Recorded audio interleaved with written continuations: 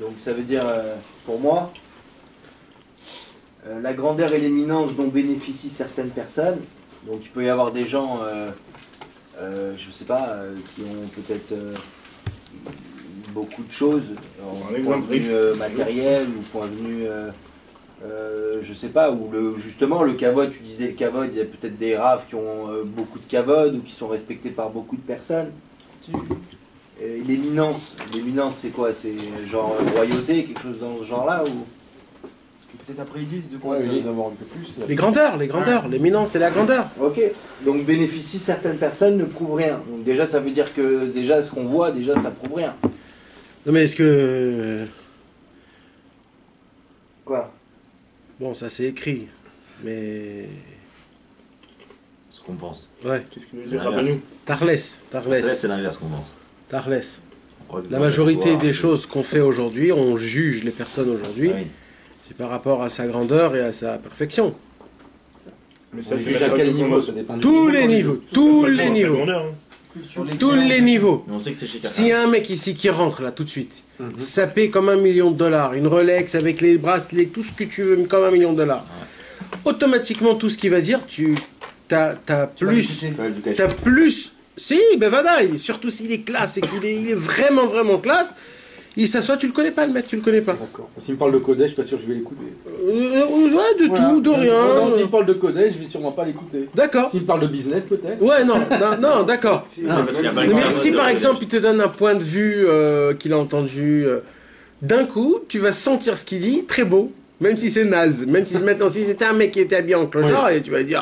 Non, peut-être Julien Clochard l'écoutera même pas. Voilà, Bichlal, on le voit même pas. On va même pas l'écouter. On le voit même pas. Clairement, tu veux dire que c'est par l'apparence qui fait passer toute sa parole. Ouais. Tout.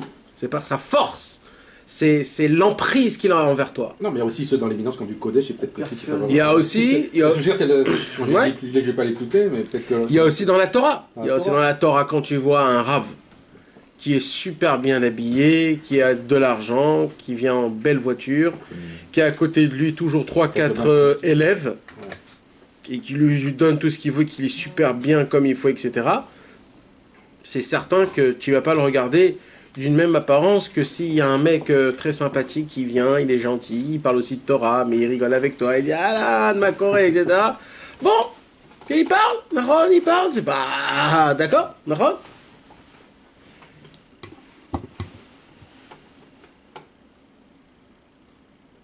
Je ne sais pas si vous avez déjà ressenti ça. Mais il y avait un grand sadique, Rabbi Israël au dessert. Rabbi Israël, il avait une apparence très basse. Son apparence était très très basse. Et il faisait exprès. Il faisait exprès d'avoir une apparence très basse. Pour ne pas recevoir du kavod qui ne lui appartient pas. Alors, même des fois, il exagérait un peu dans la simplicité. Tu pouvais le voir se moucher comme ça devant tout le monde et des trucs comme ça, quoi. Il faisait exprès pour pas qu'on fasse de lui quelque chose qu'il n'est pas. Et même s'il est, mais lui, il veut tout donner à Hachem. D'accord? Alors maintenant, le problème, c'est quoi? C'est que quand ce tzaddik-là, il te dit une parole, alors automatiquement, tu reçois cette parole. Comme un ami qui te donne un petit conseil. D'accord? Maintenant, inverse tout. Imagine-toi maintenant un super grand sadique. Et quand je dis un super, je parle pas dans sa qualité, je parle dans ses grandeurs mondiales. Le mec, il a 1 millier de familles, il a sa super grande synagogue, il a tout à côté, etc. Ça sera pas pareil, l'impulsion de ses paroles. Quand lui, il va te dire quelque chose, ça va être pour toi comme un éclair et comme un tonnerre. Pourquoi? Parce que c'est une parole qui a été dite, il y a tout, tout ce qui est derrière, il y a tout sa force, son habit, ses choses, etc., etc. Tout ça, ça sort. Donc, il y a un vrai problème, c'est qu'on ne peut pas recevoir des paroles d'une personne qui, soi-disant, il sympathise avec toi, comme quelqu'un qui ne sympathise pas avec toi. Vous comprenez ce que je vous dis? Je vais vous donner un exemple, d'accord? Si maintenant, moi, je viens et je rentre, je m'assois, et je commence à jouer le mec dur. Ça veut dire le mec où, quand il y a quelqu'un qui dort, je dis « Oh frérot, va boire un café s'il te plaît. » tu dors pas à ma table. Alors quand il y a un mec qui sort une clope, s'il te plaît, un peu de kavod. Quand il y a un mec qui parle, je lui dis tais-toi, on est dans un cours de Torah. Alors d'un coup, il y a une atmosphère très tendue, non mais tendue, mais aussi respectable. Respectable. Soi-disant pour... Bon, et les mecs qui vont venir, quand ils vont voir, et si par exemple je rigole pas, je m'assois comme ça, je dis ce qu'il faut faire, etc. Je viens et je pars sans dire bonjour, sans embrasser tout le monde, etc., etc. Alors automatiquement, il y a une autre ampleur qui va prendre, il y aura plus d'importance malheureusement. Les paroles vont être plus reçues. Maintenant, imaginez-vous, je viens, je rigole avec tout le monde, et je m'assois, on joue aux cartes, après on fait un petit cours de Torah. Bon, ben, il a dit son mot, il est parti, c'était sympathique, voilà, c'est tout. Alors, c'est quoi? Tu mets à notre niveau. Ah, oui, mais si je me mets à votre niveau... Non, c'est un exemple. C'est ça le Inyan. Maintenant, c'est quoi le problème? Le problème, c'est quoi? C'est que vous recevez pas les paroles que si l'extérieur est basé à bombe atomique, c'est-à-dire comme il faut, à la perfection, d'une façon exceptionnelle. On a acheté un livre parce qu'il est beau. Ouais, ça aussi. Ça aussi, il y a des façons de comment imprimer des livres. Tout, en fait, c'est une sorte de pub, tu comprends? Tout, c'est un Inyan comme ça. Alors, comment on doit faire? Alors, il dit Rabbi Nachman, tu vas voir pendant toute ta vie, tu vas voir que le monde, il fonctionne comment? Il fonctionne par la force et par la grandeur. Mais Rabbeinu, il te dit, sache une chose, que c'est du pipeau. C'est faux complètement. C'est pas du tout ça. C'est pas parce qu'il a 150 élèves que c'est un tampon comme quoi cette personne, c'est une personne de qualité. C'est pas parce qu'il a un immeuble en entier, une yeshiva énorme, et que tout le monde étudie dans sa yeshiva et que son nom est écrit en très grand, qu'à cause de ça, ça fait de lui quelqu'un. C'est pas comme ça que ça fonctionne dans la Torah. C'est pas parce que ce mec-là, il va pas plaisanter avec toi, ou alors... que grâce à ça, lui, il connaît plus de choses que toi, et que grâce à ça, il arrive plus... Non, en fait, tout ça, c'est une manipulation, en fait. C'est de la manipulation. Ben, maître, c'est comme ça. Et il dit, Rabbi Nachman, aujourd'hui, comment il dit les deux mots? La grandeur... La grandeur et l'éminence. Et l'éminence. C'est quoi l'éminence? C'est de la hitnasout. C'est quoi de la hitnasout? C'est quand j'ai une emprise envers toi. Parce que je suis quelqu'un de représentable, j'ai une emprise sur toi, c'est-à-dire je vais te dire un truc, tu vas m'écouter obligatoire, parce que j'ai une emprise sur toi. C'est ça de la hitnasout, tu comprends? Maintenant, il y a ça dans la Torah, ce qu'on a expliqué c'est dans la Torah, mais il y a ça aussi dans l'autre côté aussi, même dans la Parnassa, même dans que les avocats, ils sont obligés d'avoir une super belle bagnole, avec une super belle mallette et un beau costard cravate, pour qu'ils puissent faire un peu de la... Et c'est ça en fait, qu'est-ce qu'il fait? Il utilise la force de quoi? De la grandeur. Parce que dans ce monde, soi-disant, la grandeur me parle. Nous tous, on aime s'acheter des chaussures qui coûtent cher, des manteaux, des trucs, plein de trucs qui... Pourquoi? Parce que c'est ça, en fait, qui nous rend une personnalité. Parce que malheureusement, même moi-même, je me juge avec des grandeurs. Ça veut dire, même si, on va dire, si je gagne 2000 shekels par mois. D'accord? On va dire que ta femme s'en fout, tes enfants s'en foutent, tu peux vivre comme ça. Mais toi-même, le fait est que tu gagnes 2000 shekels, toi-même, tu vas pas te valoriser. Tu vas te dire, je suis un naze complet. Pourquoi? Parce que j'ai pas de grandeur, j'ai pas de éminence. J'ai rien, je suis un naze. Maintenant, tu peux vivre avec. Viens, on dit que tu peux vivre avec. Mais non, toi, ça t'embête. Pourquoi? Parce que ton copain, il gagne 5000, et l'autre, il gagne 10 000, et l'autre, il gagne 15 000. Et moi, je suis le seul qui gagne 2000. Alors, en fait, je me juge, je me considère par rapport aux grandeurs de ce monde. Je me considère par rapport à comment la grandeur de ce monde se fonctionne. Maintenant, en fait, moi, j'appelle ça une grandeur, mais c'est pas une grandeur du tout. C'est même pas des grandeurs, c'est rien du tout, c'est du pipeau. Ouais, mais bon, en même temps, si tu réfléchis bien, tu sais très bien qu'il y aura toujours quelqu'un qui sera toujours plus grand que toi. Oui, mais je parle pas de la perfection. Je parle en généralité de quelqu'un de grandeur. Aujourd'hui, il y a un paquet de monde qui ont une Rolex, d'accord? Voilà, mais maintenant la Rolex, c'est une grandeur. parce que ça coûte cher et que je suis au-dessus d'un paquet de gens qui n'ont pas de Rolex. Ouais, mais à quel point tu dis plus grand que soi. Ça veut dire quoi? Il parle d'argent. Ouais. T'auras toujours quelqu'un qui aura plus d'argent que toi. Mais dans Tu tous peux les être niveaux. plus riche, mais il y aura toujours quelqu'un qui sera plus riche que toi. Oui, à tous les niveaux, mais L'argent, quoi qu'il arrive, tu l'homme parles et de l'autre. quelqu'un qui a 3 maisons, il y aura toujours quelqu'un qui en aura plus que 3. Oui, mais l'homme en lui-même, il est fait pareil que tout le monde. Donc cette grandeur-là, elle sert pas forcément à grand-chose, tu vois. Oui, Mais elle est utilisée mais à par partir tout le du monde moment. aujourd'hui. Bon, enfin, je sais pas, c'est On s'en sert C'est pas tous. ça que je vois, moi. Et on marche tous avec. Hein Ce que je comprends, c'est que tu donnes plus de crédit à quelqu'un qui, physiquement, Ouais, tu semble fais avoir plus réussi confiance, qu'un plus mec qui a confiance pas en- de ouais, en dégâts, quelqu'un il donne dans aucun toi. crédit, le mec. Maintenant, ça touche beaucoup de choses. Ça touche moi-même, comment je me regarde, comment je me valorise. Ça touche, si je suis pas marié, comment je vais choisir ma femme. Parce que ma femme, il faut qu'elle explose les yeux du monde, sinon c'est pas ma meuf. C'est que comme ça que ça fonctionne, puisque je cherche les grandeurs et les éminences. Il faut que ma femme, elle éclate le monde. Ben vadaï, sinon, bah oui. Pas tout le monde qui pense comme ça. Mais comment tu vas choisir ta femme quand tes mecs ils vont dire oh là là, tu sais, c'est un canon. Bah, pour moi, c'est un abruti. Oui, Ouais, toi non, tu mais parles maintenant. honnêtement. Oui, mais toi tu Non, parles non. aujourd'hui. Mais quand t'étais jeune, c'était ça, c'est tout en fonction de l'âge, tu comprends? D'accord, Voilà, c'est comme ça que ça fonctionne. Aujourd'hui, c'est quelqu'un il va choisir sa maison. Comment il va choisir sa maison? Il va pas choisir sa maison perdue dans je ne sais pas où.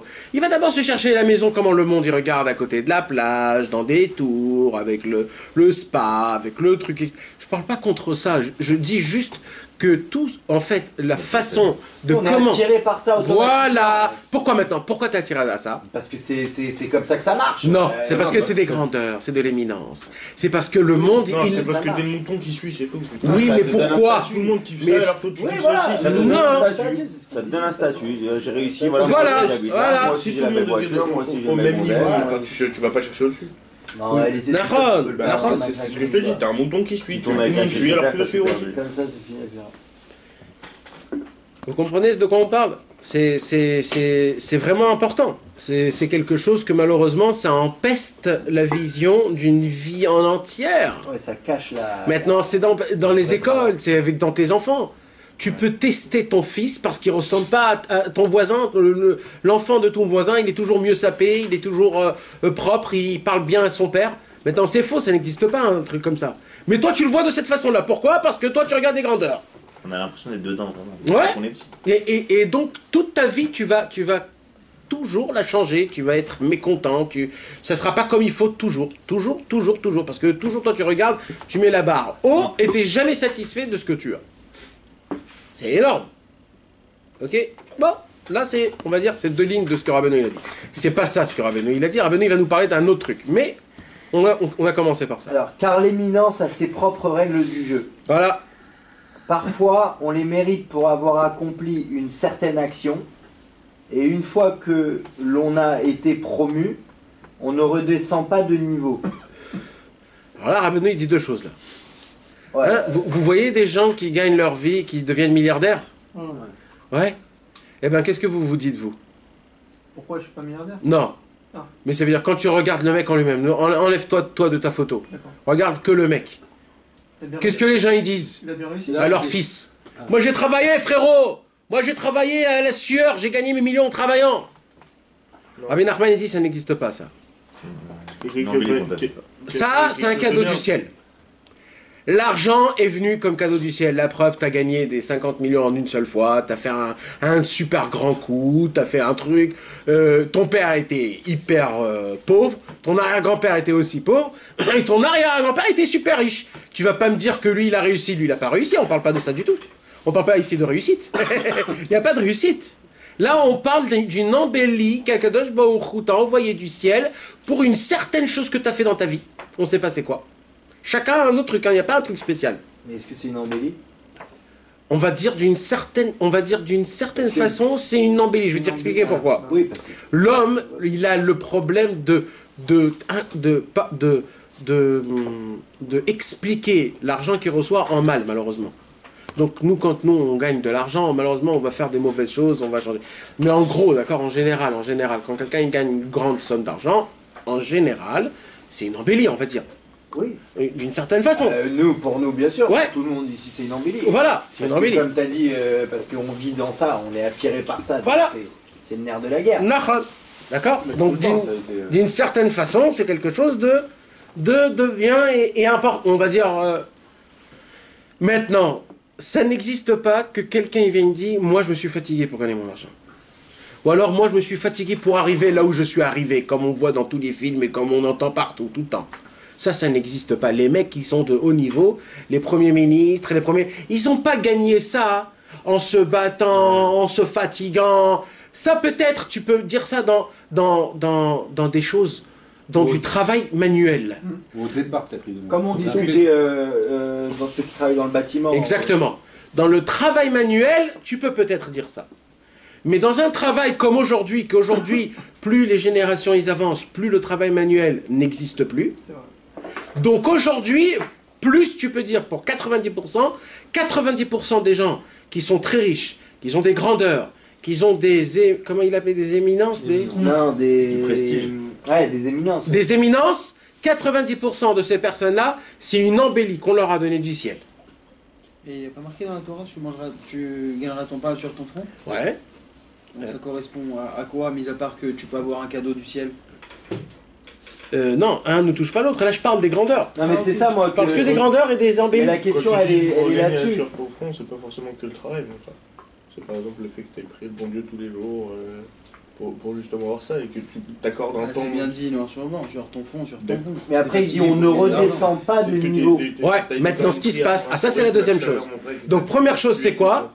C'est que toute grandeur, etc., c'est une embellie que Kadosh Baruch Hu t'envoie. Pourquoi? Parce que tu as fait une bonne action, on ne sait pas laquelle. Maintenant, deuxième chose qu'il dit Rabbeinu, c'est quoi? C'est qu'au moment où tu as reçu ta place, tu redescends plus. Ta part de ça est fixée. C'est possible. Oui. Ça Ça dépend comment tu parles. Non, parce qu'en fait, redescends Tu parles pas que d'argent. Non, parce qu'en Non. fait, toi, De dans ta- grandeur, je parle de... dans c'est pas ta bien, tête, c'est bien. Non, tu parles d'éminence, on parlait Dans ta- d'éminence. Et d'éminence aussi. Parce qu'en fait, Grandeur et éminence. dans ta tête, t'es passé à un niveau, genre, bon, un exemple tout con, le mec, aujourd'hui, tu gagnes 1000 euros, demain, tu gagnes 1 milliard. Donc tu passes à une autre classe de niveau. Et le mec, il se dit, dans sa tête, je vais pas redescendre de niveau, je vais rester au même niveau qu'un milliard. Pour moi, c'est ça, en fait. Moi, je peux dire un Non, truc. j'ai pas compris. Comme si tous les mois tu gagnes, on va dire, 2000 shekels. Et un mois ou 2 mois, 3 mois qui suivent, ça arrive à certains. D'un coup, tu gagnes 20, 25 000 shekels, on va dire, T'as par mois. ton train de vie. D'un coup, ton train de vie, tu l'as mis au Voilà, niveau de c'est 20, ça. 25 000 Non, mais shekels. tu prends Et l'exemple. tu ne te vois pas redescendre parce que tu as pris ton appartement Non, à non, un certain on parle pas de ça. On parle pas de ça. Il a été dit que tu redescends Non, mais pas. prends l'exemple T'as atteint un niveau prends que l'exemple tu ne redescends pas. d'une personne âgée, Pas que tu d'une veux pas, personne âgée d'un tu certain as âge, atteint un niveau qui que a tu eu ne redescends pas. une très bonne vie professionnelle pendant 30 ans, d'accord? Il a grandeur et éminence, d'accord? Et arrivé à, je sais pas, à 65 ans ou 60 ans, le mec il a plus rien. Non, alors je vais t'expliquer. Moi je parle pas de ça. Je parle d'une grandeur, d'accord? On a dit comment il a eu cette embellie, cet homme-là. Par les actions. Il a fait un Les truc, mérites. d'accord? Il a fait un truc, on sait pas c'est quoi, une bonne action. certaine action. Voilà, une bonne action. Il a fait un cadeau de Baruch Hu, donné le cadeau. C'est un Maintenant, fois, il est payé ici. ouais. Maintenant, ce mec-là, il fait plus cette bonne action. Il refait des mauvaises choses et il se conduit pas comme il faut. Normalement, on doit le remettre à sa place. Bah oui, en logique, oui. Là, il lui dit que non. Parce que ça n'a pas de rapport les unes avec les autres. Parce qu'au moment où tu as eu ta place d'embellie, tu restes dans l'embellie. Ça, c'est la nature. Là, ne regardez pas Dieu dans ça. Ça, c'est la nature du monde comme ça, elle est. Comme ça, la grandeur, la nature de la grandeur, elle est. Ça veut dire, vous voyez, des fois, un président, il est monté dans les élections. Les 2-3 premières années, la première élection, il a fait un carton, il a changé, ou alors des équipes de foot. Ils sont montés une ONA, comment on dit une ONA? Une saison. Ils ont fait un carton, le monde en parlait d'eux. Et il s'avère que ils sont descendus, mais toujours on continue à parler d'eux. On parle toujours d'eux. Et on ne sait pas pourquoi, ce Premier ministre, après qu'il a fait son carton, il reste toujours Premier ministre parce qu'on le connaît sous ce nom de Bibi Netanyahou, qu'il a changé le monde. Mais aujourd'hui, il ne fait plus rien. Il a gardé sa grandeur et son humilité. Alors, il a gardé et sa place, et sa grade, mais il ne fout plus rien. Voilà, des patrons. Un patron, il vient, il rentre dans une boîte, Et il explose la boîte. Maintenant, c'est super. Mais 10 ans passent, il devient vieux le mec. Il reste patron, mais t'es patron pourquoi, toi? Non. Il a sa place, on te laisse ta place. Parce qu'il Parce que la nature de la grandeur... On parle à la finale, on parle du respect, du kavod de la personne, c'est-à-dire c'est-à-dire la connaissance de cette personne-là. Oui, mais quand même, il y a aussi la grandeur, il y a aussi sa place, il y a son argent, il y a le kavod que tu lui donnes aussi. En général, quand quelqu'un reste à cette grandeur-là, c'est qu'il a réalisé un exploit. Oui, mais maintenant... Il n'a pas réalisé d'exploit, il part aux oubliettes. Nahon, mais quand même, ça veut dire aujourd'hui, normalement un mec comme ça, il doit continuer à faire plein de choses. Tu comprends? Quand tu dévoiles une explosion dans le monde, tu dois toujours évoluer, ça doit évoluer. Mais quand ça s'arrête à évoluer, on passe à quelque chose d'autre. Mais là, il te dit, Rabbi Nachman, que la nature de la grandeur, elle te reste grand. Maintenant, qu'est-ce que je m'en fous qu'il me dit ça, moi? C'est important. Pourquoi c'est important? Parce qu'il te parle d'une action. Non, c'est pas ça. Il parle d'une action, alors faisant des milliards. Ça, c'est un point. Ça, c'est un point. Mais il y a un autre point que Rabbi Nachman, il veut te dire. C'est quoi ce qu'il veut te dire, Rabbi Nachman? C'est que ça se peut que tu vois un mec qui a une grande fonction, et qui est important, et qui est peut-être président, mais en fait, il vaut rien. Et s'il est là-bas, c'est pas parce que c'est Dieu qui veut, c'est parce que au début, on avait besoin de lui. Mais comme il était là-bas, on le laisse là-bas. C'est tout.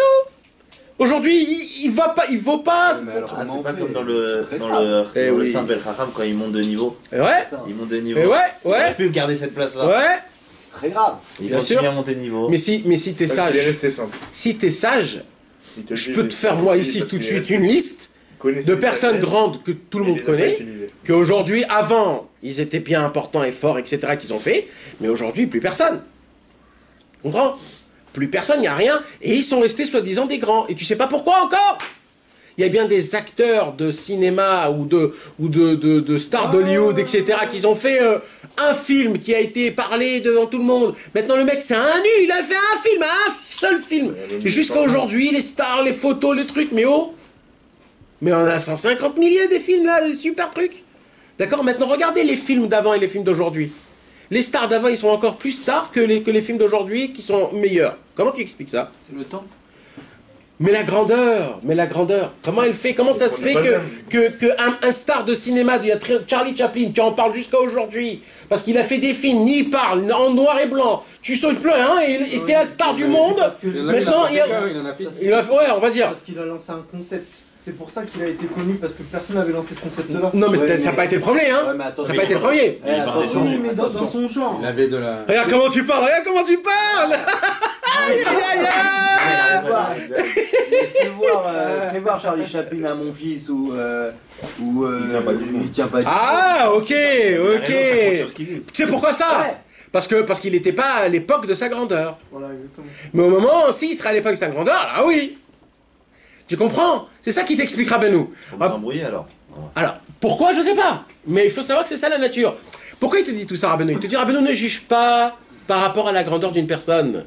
Ne juge pas une personne par rapport à la chaise qui s'assoit. C'est pas parce qu'il s'assoit dans une chaise très importante. Ça veut dire que justement, s'il a atteint ce niveau-là, c'est parce qu'il a fait une bonne action. Oui, mais qu'est-ce que je m'en fous, moi, qu'il a fait? Mais c'est pas lui que je regarde, c'est pas ça le Inyan. Mais il reste à son niveau. Le Inyan, c'est moi, vis-à-vis de moi. Est-ce que lui, il doit avoir une emprise sur moi ou pas? C'est de ça qu'on parle, on s'en fout de lui. On regarde pas si c'est ça qu'il faut faire. La sikha, c'est pas s'il faut faire une bonne action ou pas. La sikha, on parle de la grandeur. Tu vois une personne qui a une grandeur, d'accord? Un Rav, il a fait un miracle, un seul miracle. D'accord? Il y a des photos de lui. Maintenant, ce Rav qui a fait un miracle, il a fait un miracle à qui? À une seule personne, que cette personne c'était une star. Automatiquement, ce miracle, il va exploser le monde. Maintenant, lui, il va plus continuer à faire de miracles. Mais tout le monde va voyager chez lui, va lui demander des brachot, va aller faire et au fur et à mesure, sur ces 50% de toutes les brachot qu'il fait, ça marche parce que c'est oui ou non. Donc il y a au moins 50% où ça marche. Et les gens, donc 50%, c'est déjà un paquet. Donc mathématiquement, ce Rav, il est toujours gagnant. Il est gagnant. Mais alors, est-ce que c'est bien pour lui ou est-ce que, enfin, c'est grave, non? Non, parce qu'on parle que toute cette grandeur, il a grâce à quoi? Alors, qu'est-ce qu'il aurait dû dire lui à la base au début? Alors non, moi, alors là, Rabbeinu, il parle pas au sujet du Rav, il parle au sujet de moi. Oui, de celui qui le voit. Moi, je vais aller maintenant chez quelqu'un. Comment je vais choisir ce quelqu'un? Tout de suite, tu vas mettre Google. C'est lequel le truc du Google que tu vas prendre le plus? C'est le premier toujours. Tu vas pas chercher page 96. Il te dit Google, il y a 14 000 pages. Tu vas pas aller chercher la page 96. Tu prends que le premier et le deuxième. Pourquoi? Parce que qu'est-ce que tu te dis? C'est la plus importante, c'est le premier qui est sorti, donc c'est le meilleur. Google. Bon, Ouais, Google. moteur de recherche. Oui, C'est comme ça que ça marche. ouais, C'est Google. mais malheureusement, c'est pas ça. Alors ça veut dire quoi? À 96e page, il parle de Rabbi Nachman? Va savoir. Bah, on rachète. Va savoir. Oui, je suis d'accord avec toi. Moi, des fois, je fais exprès de faire ça, oui, et je prends d'affaire à 96, je vais pas prendre la première. Et non, c'est une question de mots-clés. Mais c'est des fois, les normal. liens ils marchent plus. Je peux avoir du fusti. Oui, mais regarde comment le monde il est fait. Enfin, est-ce que c'est. Donc, encore une fois, c'est l'homme qui définit la grandeur. C'est C'est l'homme qui définit la grandeur. C'est pas pour rien. malheureusement. C'est pas pour rien. Attends, c'est une fausse grandeur. Oui, c'est ça. En vérité, merci. C'est une fausse en vérité. C'est pas pour rien. Parce que la grandeur, la vraie grandeur, c'est dans la simplicité, le Rabbi Nachman il dit. Esprit de Natal, est-ce qu'en soi on a le droit de faire des brachas pour les gens? Bien sûr. Bien sûr. Non mais après imagine-toi que ça marche et les gens ils veulent des brachas de toi. Ouais, ça va pas se faire. Crois-moi, ça va pas se faire. Si t'es sincère, tu sais, je vais te dire un truc. Si, c'est sincère, ça marche. Moi, je vais vous dire un truc. À l'époque, je voulais pas faire de cours. Pourquoi? Parce que j'avais peur de tomber dans tout ce que les autres y tombent. Des cavodes. Oui, des choses comme ça. Oh là là et tout ça. Ah oui, et automatiquement, que tu le veuilles ou pas, ça te fait quelque chose. Alors moi, je voulais pas. Et des années passent. Jusqu'à que je me suis dit, on va essayer. Pourquoi? Pas pour moi, Chas Shalom. Parce que c'est important de diffuser. Non, de garder tout chez toi, ça s'appelle l'égoïsme. Si Akadosh Baruch Hu, il te donne de la Torah, c'est pas pour que tu te la gardes. C'est pour qu'il faut que tu la transmettes. Alors je me suis fait des petits des règles qu'il faut pas franchir, des règles que je reste copain, que je rigole, que je dis des vannes, je rigole à des blagues, pour rester normal. Et je vais te dire un truc. Un homme qui est sincère avec Hachem et qui veut pas tomber dans les grandeurs et dans le kavod, dans ces choses-là, Akadosh Baruch Hu, il lui donne un cadeau. Tu sais quoi ce cadeau-là? C'est que tu peux faire des fois même plus que des rabbanim très grands. Mais jamais on va te le remettre sur toi. J'ai pas compris. Un cavode? Ouais. Juste Ça veut dire, un mec qui vient, il te demande un conseil. D'accord? Toi, tu lui donnes un conseil, mais ce conseil, ça a bombe atomique. Maintenant, si c'est un autre rave, il va le rendre une idole. Maintenant, si c'est toi qui le fais parce que vraiment tu le fais pour Hachem, etc., il va complètement oublier que c'est toi qui lui as dit ce conseil. Et il va même pas te le... dire merci. À toi. Ouais, mais rien, même pas. Presque il va venir, il va dire, tu sais, on m'a dit un conseil, il a oublié que c'est même toi qui lui as dit. Mais ben mec, je te promets, je l'ai vu de mes yeux des milliers de fois. Des milliers de fois. Un mec, il vient, il dit, tu peux prier? Oui, je peux prier. Il prie, ça fonctionne. Le mec, il a complètement oublié, rien du tout, comme si de rien n'était, c'est pas ça. Parce que Akadosh Baruch Hu, il voit quand quelqu'un il est sincère, le srout, il te le donne pas à toi. Ça monte directement chez Hachem. Des fois, ça te fout les boules. Bah oui, il faut pas se mentir. Mais c'est bien, c'est bien. Mais tu sais que ça a marché, donc t'es content. Voilà, ouais, mais ça te fout les boules qui te dit pas merci. Qui reconnaissent pas. Non, mais c'est pas bien ça, c'est pas bien ça, c'est vraiment pas bien ça. Mais bon, on est des humains pas qui puent mal à la saute. C'est ça que les vrais ils fuient les honneurs. Ouais, bien sûr. Bien sûr. Mais c'est pas évident. Parce que sinon on te paye ton Non, salaire. pas du tout. C'est pas évident. C'est le travail. Rabbeinu, il dit, c'est le travail le plus dangereux qui puisse exister au monde. Parce que tu peux au monde. Tu peux vivre que de ça. De devenir un rabbin. Ah. Ah, c'est le travail sur soi-même, tu parles. C'est un travail tu es en danger chaque seconde. À cause de ça. À cause de qui? Des élèves. C'est pas à cause de lui, c'est à cause des élèves. C'est-à-dire, les élèves, ils viennent, ils te disent oh là là, etc. Et il raconte à ses copains, et moi j'ai entendu, et c'est un super canon, etc. etc. Bah, c'est pas bien, c'est pas comme ça. Mais ça veut dire quoi de devenir rabbin? Pas devenir rabbin, c'est une expression. C'est-à-dire, le fait est que tu as voilà, le fait est qu'on t'écoute, c'est dangereux. Et je parle, on t'écoute plus que la normalité, ça veut dire, parce que on sait que tu connais. Tu comprends? C'est dur, c'est dangereux. C'est pour ça que Il faut rester petit. les gens ils pèsent leurs mots avant de parler. Les raves, il y en a certains, ils font très attention quand ils te disent quelque chose. Il y en a d'autres par contre qui s'en foutent complètement. C'est pas ce que le Rav dit. C'est ce qu'on dit sur lui. T'as compris? Le Rav, lui, il n'a pas de problème, le Rav. Le Rav, il est c'est un humain, quand il reçoit une... comment on appelle ça? Une fraise. Automatiquement, il gonfle, c'est un humain. Donc le Rav, c'est un Rav. Le problème, c'est les élèves. C'est les entourages. Quand tes entourages, ils font de toi quelqu'un, alors là, c'est un vrai combat. C'est un vrai combat. Parce que toi, t'es un humain. Mais c'est Rabbi Nachman, il dit, ce sera les élèves qui vont donner des comptes dans le ciel, qu'ils ont fait grandir leur Rav. Et qu'à cause de ça, le Rav, il est tombé. C'est pas le Rav le problème. Le Rav, c'est un humain, le pauvre. Alors c'est une vraie puissance, Rabbi Israël. Ouais, et c'est pour ça que Rabbi Israël, c'est une puissance comme on n'a pas vu deux dans le monde. La grandeur qu'il avait. Parce que Rabbi Israël, il faisait pas Stam l'imbécile. Rabbi Israël, il avait... Ouais, il faisait Stam, là, ici. Non, il faisait pas Stam l'imbécile. Parce que c'est très facile. Aujourd'hui, moi, je vais te faire montrer plein de Rav qui font l'imbécile. Plein. Je vais te faire montrer, là, des mecs. Qui sont assis, ils sont sales, ils sont patras, etc. Plein. Je vais t'en montrer plein des gens comme ça. Et ça c'est très facile à le faire si tu veux. Mais aujourd'hui, il y a des gens qui vont chercher comme ça. Parce qu'ils disent, regarde comment il est. Rabbi Israël était tellement malin. Bien sûr. Rabbi Israël était tellement malin qu'il jouait avec toi le grand, après le petit, après le fou. Après, il te parlait, tu comprenais pas. Jusqu'à que tu te disais, mais c'est quoi ce mec? Tu peux pas l'attraper. Tu lui jettes une vanne, il te gronde. Tu lui dis merci, il te dit pourquoi tu sais plus comment font, tu sais plus. Ouais, tu sais pas. Tu sais, il y a un copain, tu sais que ça, il faut lui dire, ça, il faut pas lui dire. Cher Rabbi Israël, tu pouvais pas, jamais. Tu pouvais pas. Tu pouvais pas le tenir avec un... Je t'ai acheté un cadeau à Rabbi Israël. Un jour, quelqu'un, il est venu, il lui a acheté un cadeau, un gâteau. Rabbi Israël a pris le gâteau, il l'a mis par terre. Il n'a même pas regardé, il dit merci, il l'a mis par terre, comme ça. Tu sais qu'il y a des gens qui sont frustrés de ça. Ben là, saute. Eh ben oui, qu'est-ce que tu veux. Il m'a pas dit merci, un truc. Ouais. Mais les vraies personnes, ils restent. Et ceux qui restent, Rabbi Israël après il appelle, il lui dit tu m'as fait chaud au cœur. Et là, ça te donne de la force. Il te rapproche. Dès qu'il te rapproche et t'es trop près, il te truc. Oh mais c'est ça en vrai. En vrai, c'est quelqu'un qu'on le repousse et lui il vient. Et il sait qu'il va recevoir une baffe et il dit je viens quand même. Tu comprends? Ça, c'est un vrai. Mais le mec qui l'attend, qu'on lui dit oh t'es beau, t'es bien, je t'aime, etc. Ça va, oh tu veux recevoir un truc, va chez ta femme. Ok, donc là, ce que Rabbeinu, il nous a dit, c'est quoi? C'est que les grandeurs et les éminences, comme ça, les éminences? Ouais.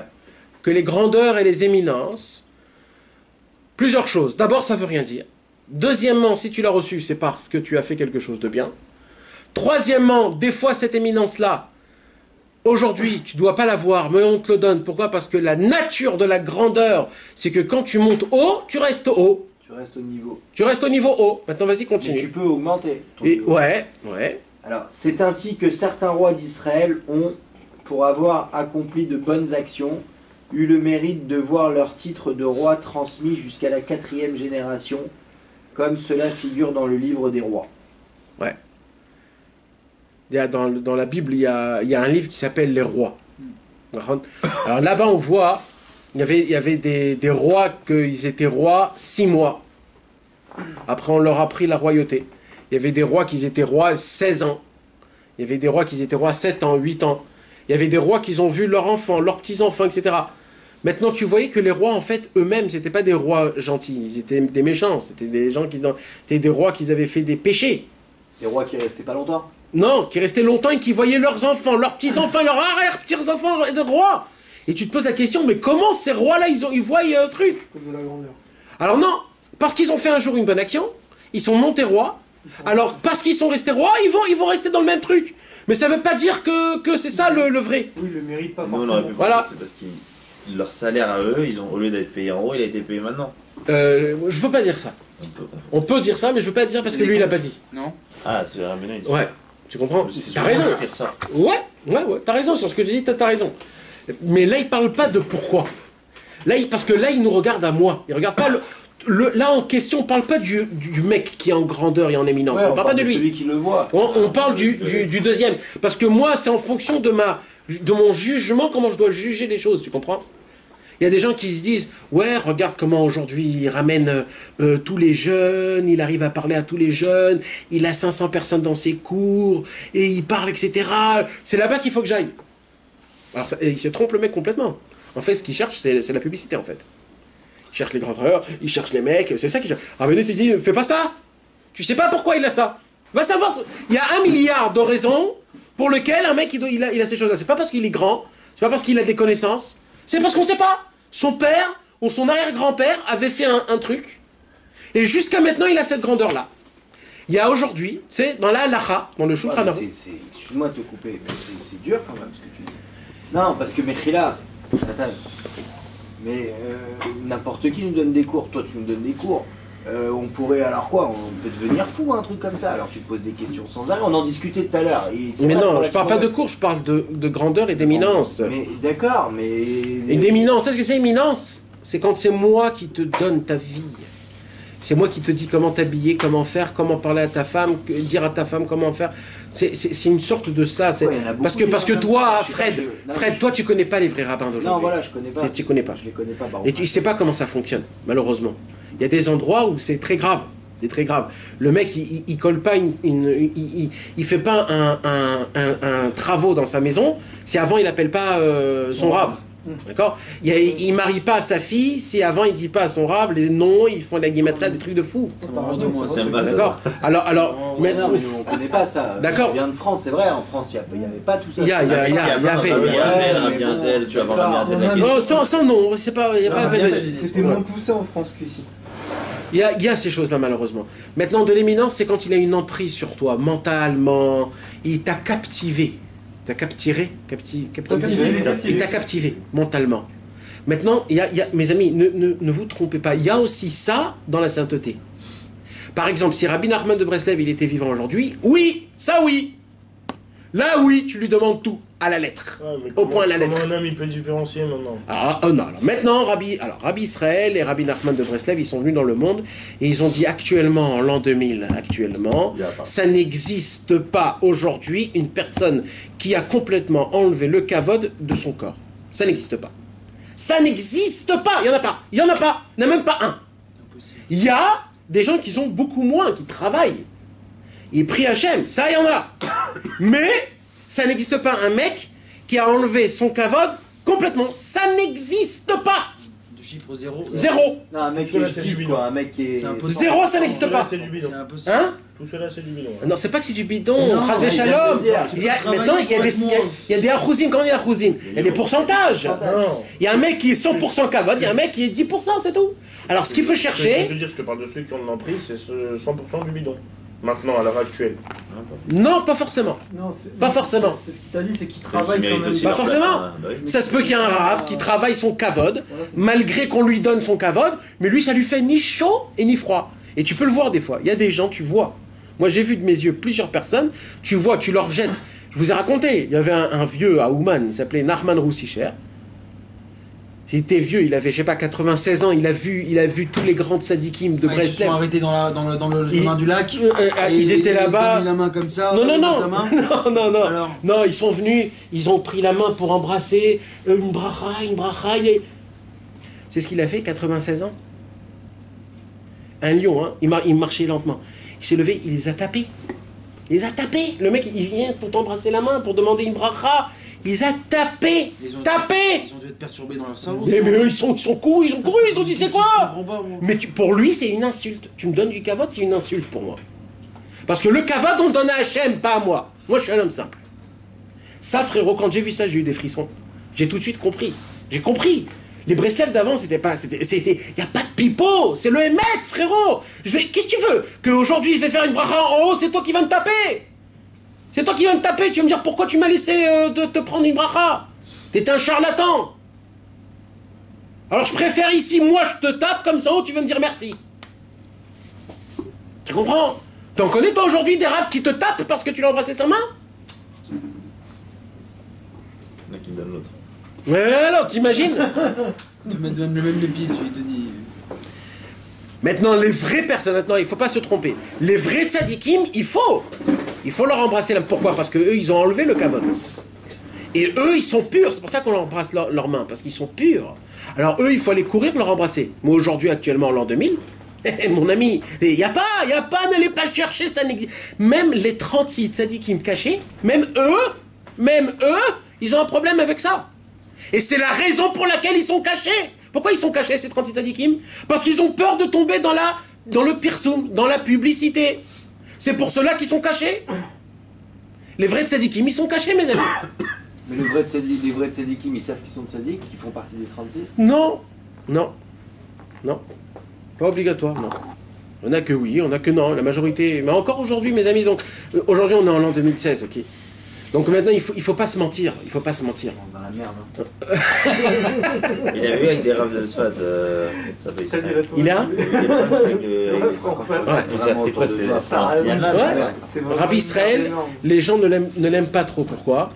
Parce que Rabbi Israël, c'est un homme qui a travaillé le Emet comme pas beaucoup de gens ont travaillé le Emet. Mais quand je te parle de Emet, c'était de la Emet dur. Hein. Moi, je vais t'expliquer une histoire. Aujourd'hui, c'est la Iloula de mon père. Alors, je vais raconter une histoire de mon père. Mon père en France, il était très riche. D'accord? Alors, chaque Rosh Hashanah, qu'est-ce qu'il faisait? Mon père, il prenait le maaser de tous ses employés, de toute l'année. C'était un grand paquet, hein. De toute l'année, le maaser de tous ses employés. Et il venait le donner à Rosh Hashanah, à Rabbi Israël en Pidyon. D'accord? Alors, il y avait la queue chez Rabbi Israël qui venait pour faire le Pidyon. Alors, c'était qui les nanars Breslev? C'était tous des paumés. Alors, ils venaient chez Rabbi Israël, ils donnaient 10 shekels, 20 shekels, 50 shekels, un grand max. Et mon père, il était dans la queue le. Et il avait le gros paquet. Il se dit, oulala, comment je vais lui donner mon paquet? Il voit tout le monde 10, 20. Bien sûr, il était content. Ah ouais. Il disait 10, 20. Mon père, il est arrivé avec le paquet. D'accord? Rabbi Israël, il prend le paquet. Il jette comme ça. Il dit, dégage. Même pas, il lui fait le pidyon, rien du tout. Dégage, il lui dit. Dégage? Dégage. Encore en hébreu? Ouais. Et comment ça se dit dégage? L'air. Même pas, il fait le pidyon. Pas, il attend le pidyon, même pas, il fait le pidyon. Ouais, et il jette le paquet comme ça. D'accord, mais il savait qui c'était, Rabbi Israël. Mais tu sais, mais Rabbi Israël, il était tellement fort qu'il arrivait à te transpercer. Mon père, il était dans tous ses états. Il se met là-bas à côté, il voit les mecs, comment il dit shekel, 20 shekels, Rabbi Israël, il fait Yehiratson, Fanera. Il dit oh oh mais oh. Jusqu'à qu'il n'avait plus rien. Alors il a sorti un petit billet de vin, il a refait la truc, et là, Rabbi Israël, il lui a pris le billet de vin, il lui a fait Yehiratson, Yehivanecha, etc., etc. Ça, c'est un mec de vérité, tu comprends? C'est un mec de vérité, il te juge pas par rapport à ton statut, ton oseille, ta beauté, ta grandeur, ta richesse. C'est pas ça, c'est pas ça. Il n'y en a pas beaucoup des gens aujourd'hui comme ça. Et comme lui, Rabbi Israël, il a beaucoup travaillé le Emet. Alors Rabbi Israël, automatiquement, je sais pas si je peux dire malheureusement, mais Rabbi Israël a parlé sur beaucoup de rabbanim. Pourquoi? Parce qu'il voyait que c'était pas du Emet sincère. Il voyait. Il disait, mais celui-là, mais comme ça, tu te contues, toi. Et tu t'appelles un Breslev. Mais Rabbeinu, c'est du 100% vérité, frérot. 99% de vérité et 1% de mensonge. C'est le plus grand des mensonges qui puisse exister. Tu t'imagines, c'est quoi ça? Il faut remonter ça dépend, bon, lui, c'est pas n'importe qui, mais ça, tu peux montrer l'homme... Tu sais, c'est comme si je te pince. Tu cries aïe. Ah, ouais. Lui, c'est comme ça. Ah, il voyait, ça lui aïe, aïe, oh, t'es un menteur, dégage, tu pues. Tu pues, je peux pas rester, tu pues. Putain, s'il te dit un truc comme ça, mon frère, tu peux vraiment. Il peut pas rentrer. Il rentre pas. T'imagines? Tu as le droit de faire du kavod aux sages qui sont partis? Qui sont partis, bah oui, c'est un Par signe. exemple, Rabbi Nachman, est-ce que, à force de dire, tu sais, tu entends Rabbi Nachman, d'un côté, tu donnes du kavod? Oui, non, alors, quand une personne est partie de ce monde, t'as le droit, déjà, un. Pourquoi? Parce que il est parti de ce monde, il reçoit plus le kiff du... Je le prends pas à moi, ça va directement en haut, déjà, un. Deuxièmement, un tzaddik, quand c'est un vrai tzaddik qui est parti de ce monde, il faut lui donner du kavod. Pourquoi il lui faut lui donner du kavod? Ça s'appelle une reconnaissance. Tu reconnais le bien et la grandeur qu'il a. Et comment tu peux lui dire merci, ça ne sert à rien. Comment tu veux le rendre en lui faisant du kavod? Mais maintenant, c'est quoi le kavod? C'est quoi le kavod? Comment tu peux lui donner du kavod à quelqu'un? Les éloges. De suivre ses conseils, de suivre ses enseignements. De faire du kavod dans un tzaddik, c'est quoi? C'est de parler de sa grandeur ou alors de sa puissance à un autre mec. Ça, c'est du kavod.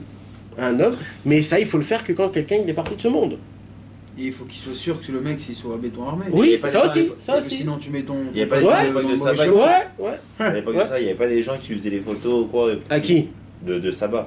Rabbi Israël? Ouais. À l'époque, non, mais à l'époque... Non, mais ça, est-ce qu'il avait peut-être été contre ça? Parce que des gens, ils ont dû vouloir le faire ça de lui, non?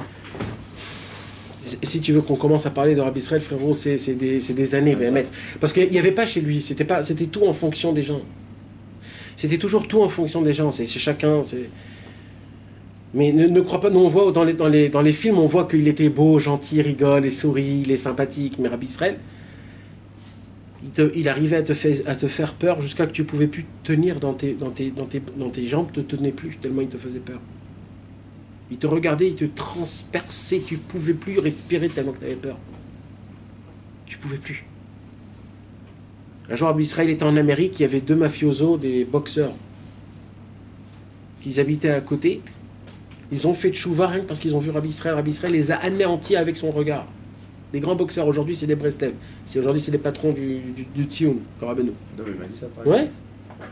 C'est un sourire, pareil. C'était aussi des... Ça veut dire, il faut être c'est un seigneur, frérot, un patron, pour pouvoir bouger les sentiments que tu as. C'est très dur un sentiment de jouer avec un sentiment. Tu vois une femme, tu l'aimes, tu peux ne pas l'aimer. Tu l'aimes. Eh bien, il y avait des tzadikim qui pouvaient bouger, ils pouvaient enlever les sentiments, l'agrandir, le rabaisser. Ils jouaient avec ça comme si c'était rien du tout. Mais là, on s'est un petit peu égaré. Mais vous avez compris, Bekitsour, le Inyan. Le Inyan, c'est que la grandeur ne donne preuve à rien du tout. Attends, tu as posé une question. Tu as dit, et maintenant, c'est très dur et que je sais plus... Merde. Voilà. Ouais, en 2016. Non. Alors, c'est pour cela que Rabbi Israël nous a appris de mettre le point, l'essentiel, d'abord sur les livres. Parce qu'un livre, c'est un livre. D'un côté, c'est toute la pensée du Rabbi Nachman et de tous les tzadikim, donc c'est du béton armé. Et de l'autre côté, c'est un livre. Donc tu es sûr qu'il n'y a pas de problème dans ça, tu comprends? Déjà, ça c'est un. Maintenant, ce qu'il faut avoir, c'est des amis. Je vais appeler ça des grands frères. C'est un grand frère que tu viens, tu lui demandes conseil. Un grand frère. C'est pas ton rave. C'est entre copains, entre amis, entre... Tu comprends? Ça, ce sont des vrais amis. Et là, oui, là, tu peux l'honorer. Pourquoi? Parce que lui aussi va t'honorer, toi aussi tu vas l'honorer. C'est même pas de l'honneur, c'est de la... Comment on appelle ça? C'est de la reconnaissance, de la compassion, c'est de l'amour. C'est de l'amour. C'est comme tu honores ta femme. Alors, elle est honorée? Non, mais c'est de l'amour, c'est de la reconnaissance. C'est comme tu honores ton fils. Tu dis, waouh, mon fils chéri, qu'est-ce que tu as fait? C'est beau, c'est bien. C'est comme ça. Et ça doit rester entre amis. Tu comprends? C'est ça la beauté de Rabbi Nachman que les gens... Tu sais ce qu'un jour quelqu'un il m'a dit? Un jour, un mec qui n'est pas Breslev, il a dit, je vais te dire un secret. Tu sais pourquoi on n'arrive pas à se rapprocher de Rabbi Nachman? Il dit, parce qu'au moment où on va se rapprocher de Rabbi Nachman, on est obligé de déclarer que tous les autres, ce sont des rigolos. Pourquoi? Parce qu'on sait que Rabbi Nachman... Pas des mythos. Pas des mythos, on ne peut pas dire des mythos. Mais on va dire par rapport à ça, ce sont des rigolos. Pourquoi? Parce que par rapport à Rabbi Nachman, quand il est mort, Rabbi Nachman, après moi, il n'y aurait plus personne. Pourquoi il n'y aurait plus personne? Pour pas que on tombe dans ce jeu-là. T'imagines si Rabbi Nachman, il aurait laissé un fils ou un successeur? Aujourd'hui, ce mec, ce serait un charlatan. Ce serait un mec naze complètement, ce sera le Rav de Breslev, ce serait un naze. Ah ben non, il a vu ça, il a dit, après moi, il n'y a pas. Voilà, je sais qu'ils vont tous tomber dans le kavod, et il n'y a pas moi, il n'y a pas. Et comme nous, il dit ce mec, comme nous, on a des rabbins chaque année, et on sait que, aujourd'hui, comment ça va les raves? C'est de père en fils. Ça se peut que le fils, il n'a pas les qualités et les capacités du père, mais parce que c'est son fils. Il a le kavod, c'est vrai. Alors, tu t'imagines? Il a gardé la couronne de... Exactement. Exactement. Maintenant, il n'est rien. Il n'est rien, ce mec, il n'a rien fait.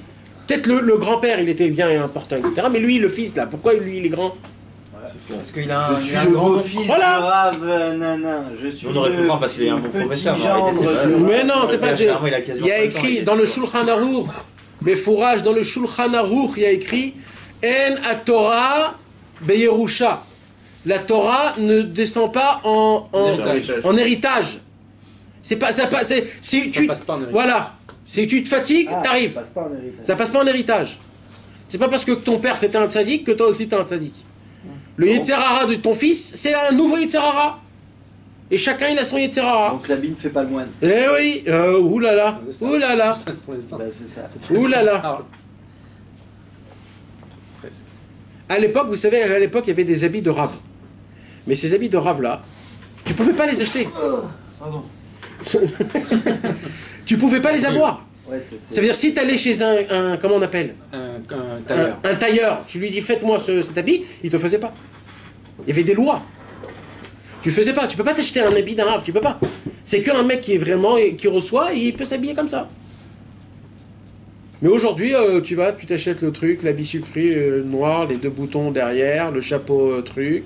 Ça y est, il est super. Non, Tchak, Et tu tout le monde deviens te pose équipé. Voilà, en 2 heures. En 2 heures, t'es une bombe atomique. atomique. Tu peux réparer tout le monde. Mais tu t'imagines comment c'est grave ça? T'es armé. Alors, on continue. Alors, 4 générations de tes enfants siégeront sur le trône d'Israël. Comme ça, il est écrit dans les livres, Dans le livre des rois. des rois. Et c'est une chose vraiment difficile à comprendre. Ouais, Rabbeinu dit, c'est c'est difficile à comprendre ça.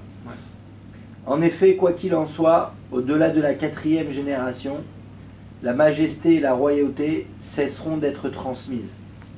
Même si le roi d'Israël siège sur le trône à la 4e génération, viennent à accomplir ce que son aïeul avait accompli.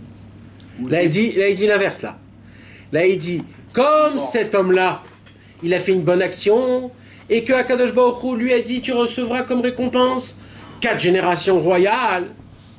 Il dit, Rabbi Nachman, si maintenant le 4e génération, c'est un vrai bon roi, un vrai bon roi. Parce qu'il a dit 4 générations, même si c'est un vrai bon roi, il doit descendre. Il va tomber. Dans les deux côtés, ça Il fonctionne. y a un compte qui se rapporte à ça. Avec l'agneau, Pierre précieuse. tu préserves. Non, Hein pas les pierres précieuses. Avec tu préserveras de l'agneau. De l'agneau, du taureau et du mouton. Ouais, c'est ça. Non, Ça c'est le rapporte roi un qui a peu à pas ça. tué. et- Non. Après, il y a eu Un un petit peu, parce que le grand-père il a dit voilà, vu que tu as un truc, je te donne la possibilité d'être juif et de mettre le talit et d'être fini. Ça veut dire que la grandeur Et lui et le. ça- son fils était plus ça- dur. Ton niveau que t'as Son atteint, fils ça il reste était pendant plus 4 dur, après c'était générations. plus dur et l'autre il a carrément basculé. Il est parti Parti dans ce que feu. tu as reçu, quoi. Si c'est vraiment Pourquoi? Parce qu'il ne s'est pas gardé de l'agneau et de C'est ça. ça. Donc ça dépend de ça. Mais c'est la 4e génération. Dernier, quoi qu'il Dès arrive, qu'il ça est tombé. c'est 4 maximum. Donc ça se rapporte un peu. C'est-à-dire que même s'il avait été bon, il serait quand même tombé en gros. Après, il y a un signe de Rachid il dit, si tu as 4 générations de religieux, ce sera toujours des Je religieux. crois que c'était 3. 4. J'ai pas compris. Si toi, tu es religieux, ton fils est religieux, et ton petit-fils est religieux, et ton un grand-fils est C'est religieux, passé.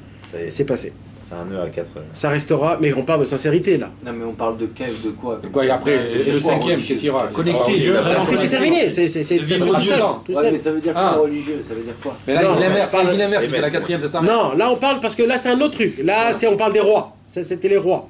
Le roi il a dit tu seras roi 4 générations, alors il s'est mangé 4 générations.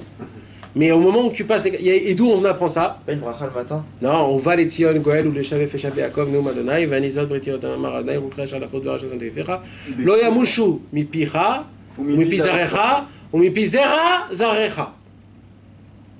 Lo Yamushu. S'il y a Mipicha, Mipi Zarecha, ou Mipi Zera Zaracha, si elle est 4, Lo Yamush. La Torah, elle ne bougera plus de chez toi. C'est en quelle langue ça? En hébreu. Ah bon? C'est l'hébreu ancien, l'hébreu Non, ça Tanakh. a un hébreu normal. C'est l'hébreu de la Bible. Ouais, mais c'est. Tu confonds avec l'araméen peut-être. Non, il est pratiquement. Bien. Ok.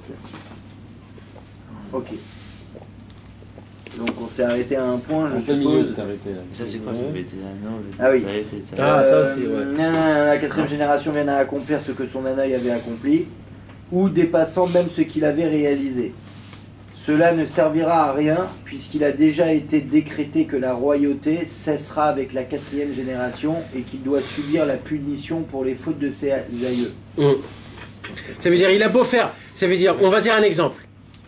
J'ai reçu ma royauté et ma grandeur grâce à. Un jour, j'ai vu une veuve qui était en problème et je lui ai donné tout son manque. Je lui ai donné une grande somme d'argent, je lui ai arrangé tous ses problèmes. Hachem a vu ça dans le ciel, il a dit, lui, il a eu pitié d'une veuve et des petits-enfants orphelins.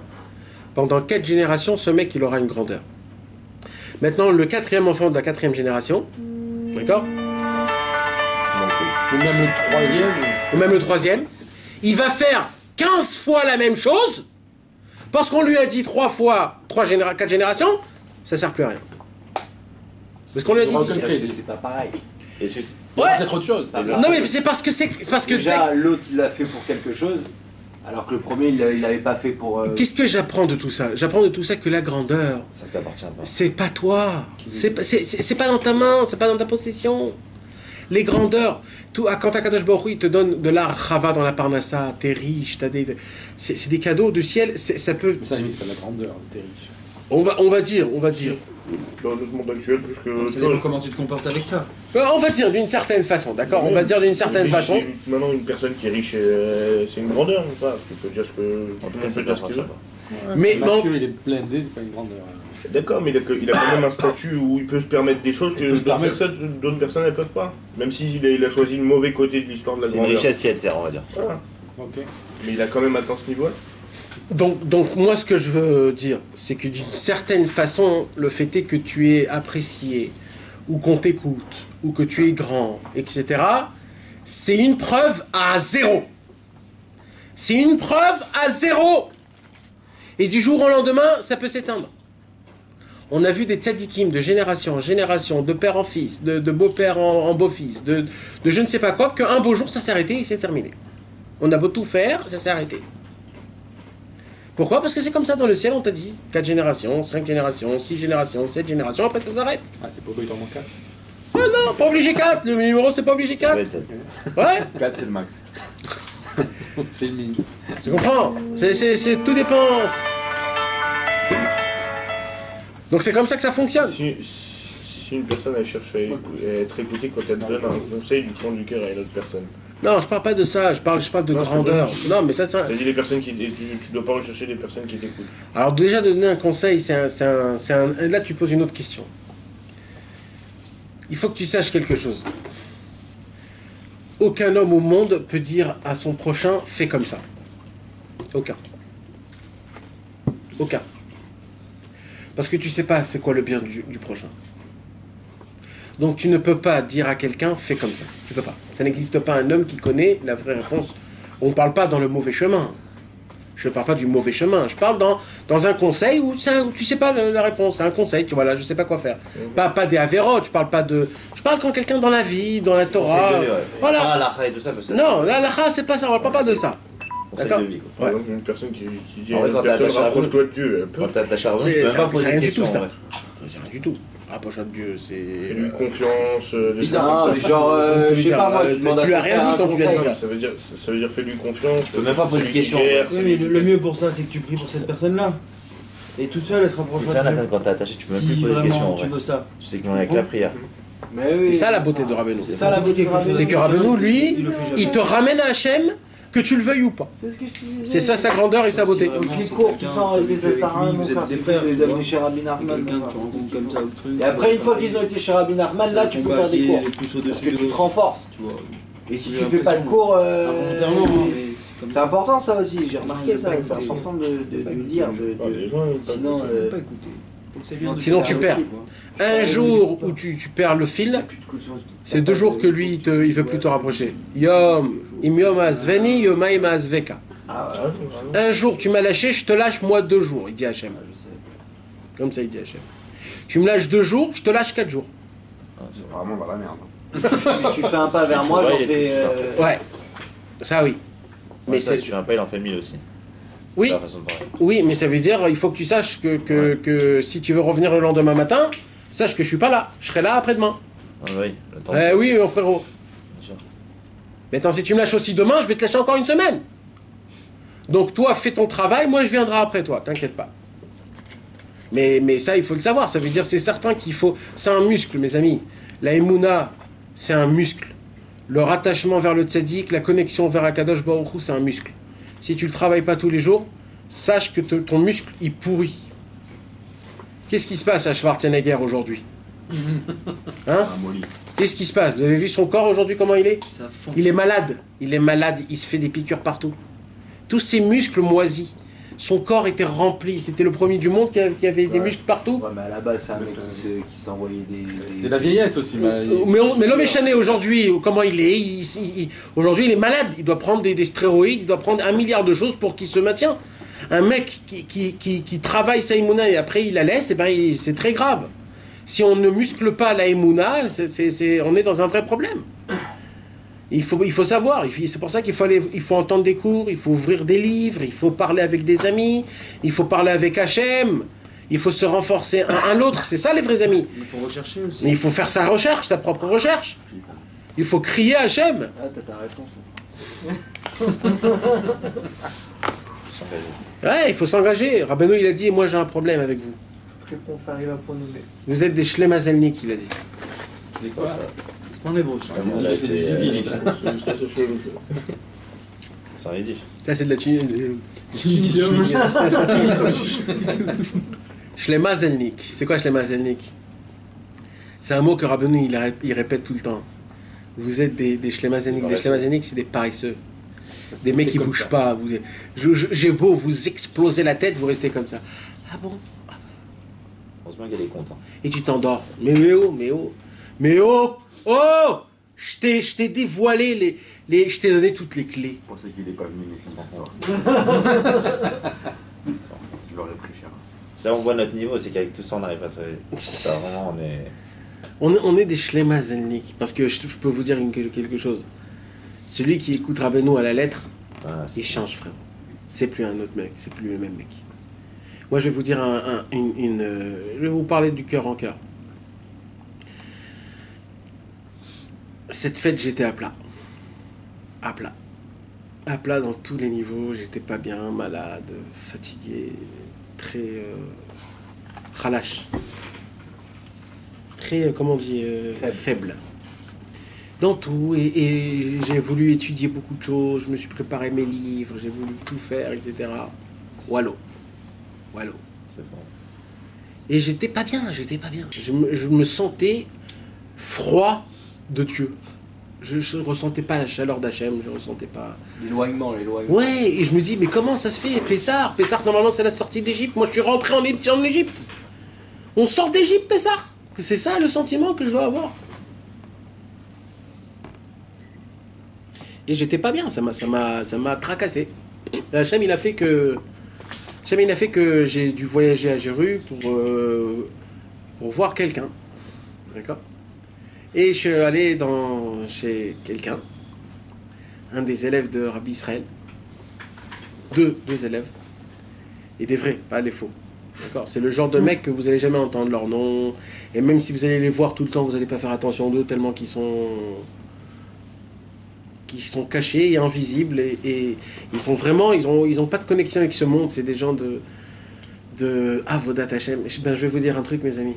Il m'a suffi, je vous promets, hein, il m'a suffi de m'asseoir à côté de 20 minutes. Et pareil, ils n'ont pas bu, hein, ils ont pas parlé, rien du tout.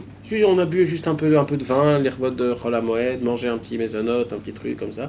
Même pas on a parlé. Et moi j'étais en train de les regarder, rien que de les voir. Je peux vous dire quelque chose, mes amis. Ça m'a donné une piqûre d'adrénaline. Et d'un coup, et je peux vous dire, j'étais bas. Et d'un coup, j'avais plus aucun lien avec ce monde. Mamache, ça n'a pas tenu longtemps, mais tu t'imagines que ça arrive à un effet pareil? Je vais donner un exemple, d'accord? T'es accro à un film que ça fait 15 ans qu'on t'en parle de ce film. Et maintenant, tu veux le voir. Là. Maintenant, il est sorti, tu vas le voir. T'es accro à ce film. T'es accro, plus rien. Et d'un coup, tu vois un mec qui fait une prière de Tfilat Mincha, en plein milieu de la semaine, rien du tout, pas spécial, pas Yom Kippour, rien du tout. Une prière, Tfilat Mincha en pleine journée. Et au moment où tu vois ce Tfilat Mincha, ce film que t'attends, ça fait 15 ans, tu le craches. Tu dis, ça me pue complètement. Comment on peut avoir un effet, mais aucun rave au monde, avec aucune parole au monde, et avec tout le tralouette qu'il va te faire, il ne peut pas arriver à une sensation aussi pareille. Lui, ce mec, il m'a même pas parlé. J'ai juste vu comment il avait fait la bracha chez Akol, comment il a fait la bracha Maisonot, comment il a chanté. J'ai juste vu ça.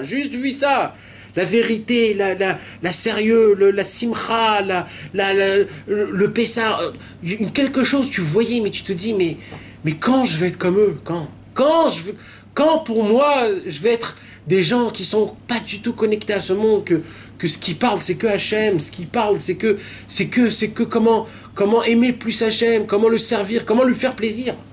Tu t'imagines son tracasse, son vrai problème, c'est comment je dois faire plus plaisir à Hachem. Mais de quelle façon je peux faire encore plus plaisir à Hachem? Maintenant, c'est pas un mec qui se la joue, hein, parce qu'il va pas te le raconter, ça. Parce que moi, je les connais, ça fait des années que moi, je vois ça. Mais c'est pas quelqu'un qui... Toi, t'aurais ressenti ça, parce que toi, tu connais pas, tu vois pas. Mais le fait est que la Vodat Hachem, c'est pas explicable. Tu vois rien que la figure, tu vois... Comment on dit, une photo, c'est 1000 mots. Hein? C'est pareil. Il n'y a pas besoin de dire. Il n'y a pas besoin de parler. Rien que tu viens, tu goûtes et tu pars. Tu rentres chez toi à la maison. Et ça, frérot, ça m'a remis une fusée. Et d'un coup, plus rien me parlait de ce monde. Plus rien. Je m'en foutais de ce monde. Complètement. Et j'étais... Mitpalé, j'étais... Sorti d'Égypte. Oui, mais ça veut dire, j'étais étonné. Mais de cet effet, comment ça peut avoir un effet pareil? Eh ben frérot, quand tu as affaire avec des gens que vraiment, eux, c'est la vérité, c'est la sincérité, c'est le service divin, c'est la totale annulation à Hachem, quand tu as affaire avec des gens comme ça, il suffit juste d'être à côté d'eux, ça te fait son effet. Vous savez, c'est quand on rentre dans un magasin de parfums, automatiquement, tu sens bon. Parce que tout le magasin, c'est un parfum. Donc quand tu es juste à côté de ces mecs-là, tout de suite, t'es touché. T'es touché. Je me suis dit, tu t'imagines, je reste à côté d'eux 6 mois, mais je deviens un ange. Mais un ange, je deviens. Comment c'est spécial. C'est vraiment spécial. Et non, et nous on va chercher les grandeurs, la publicité, et un tel a fait ça comme ça, il descend du rave de lui, et son maître c'était un tel, et c'est l'élève de monsieur, et il a étudié tant, et il a jeûné tant. Et aujourd'hui les mecs ils connaissent tout de leur service divin. Mais frérot, un service divin ça reste que pour Dieu. Ça reste que pour Dieu. Quand quelqu'un il fait quelque chose pour Hachem, c'est que pour Hachem. Et c'est personnel. Et c'est personnel. C'est pas parce que moi je l'ai fait que je vais le raconter au monde. Mais si tu le racontes au monde, t'es un naze, tu pues. C'est comme si quelqu'un, il est avec sa femme, il raconte « Ah, tu sais, ce soir, je vais être avec ma meuf. » Mais tais-toi, espèce d'imbécile, tu pues. Qu'est-ce que tu me parles? T'es dégoûtant. C'est que avec Hachem. Tu dois dire que Hachem. Qu'est-ce que tu racontes ton service divin à tes copains? C'est que toi envers Dieu. C'est toi et c'est le créateur et notre Beno Leven Kono. On a complètement oublié. Aujourd'hui, les rabbins, ils racontent leur vie, ils racontent leur grandeur qu'ils ont fait. Et aujourd'hui, et grâce à moi, il y a 14 000 Baal Tchouva. Et grâce à mon site, il y a 30 000 personnes qui ont fait Tchouva. Et grâce à moi, Oh! Oh! Tu vas exploser tellement ton ventre est gros.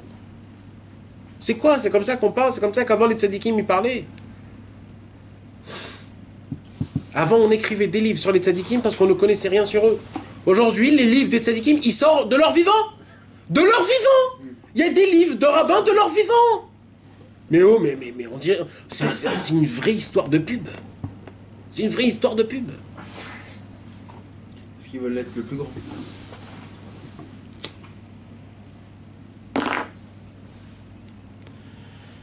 Ah là là là là. D'accord, mais 2 secondes, parce que c'est quand même non, parce que là c'est un truc qui m'a... C'est quand même important quand même aussi de parler à ces travers de je sais pas... Quand on reste avec le statut de copain... Non mais copain, ça veut dire copain, le fait de faire quelque chose. Oui, il n'y a pas de problème. Que ça peut l'amener à faire quelque chose. Il n'y a pas de problème. Tant que c'est entre copains, il n'y a pas de problème. Oui, d'accord, ok. Il n'y a pas de problème. Tant que c'est entre copains, il n'y a pas de problème. Maintenant, il y a des copains plus hauts et des copains plus bas. Il faut savoir. Les vrais copains. Faut savoir Tu parler, savoir faire. C'est pas parce que c'est ton copain que tu crois que c'est ton copain que tu peux lui raconter tes vannes. Et qu'il va rigoler à tes vannes.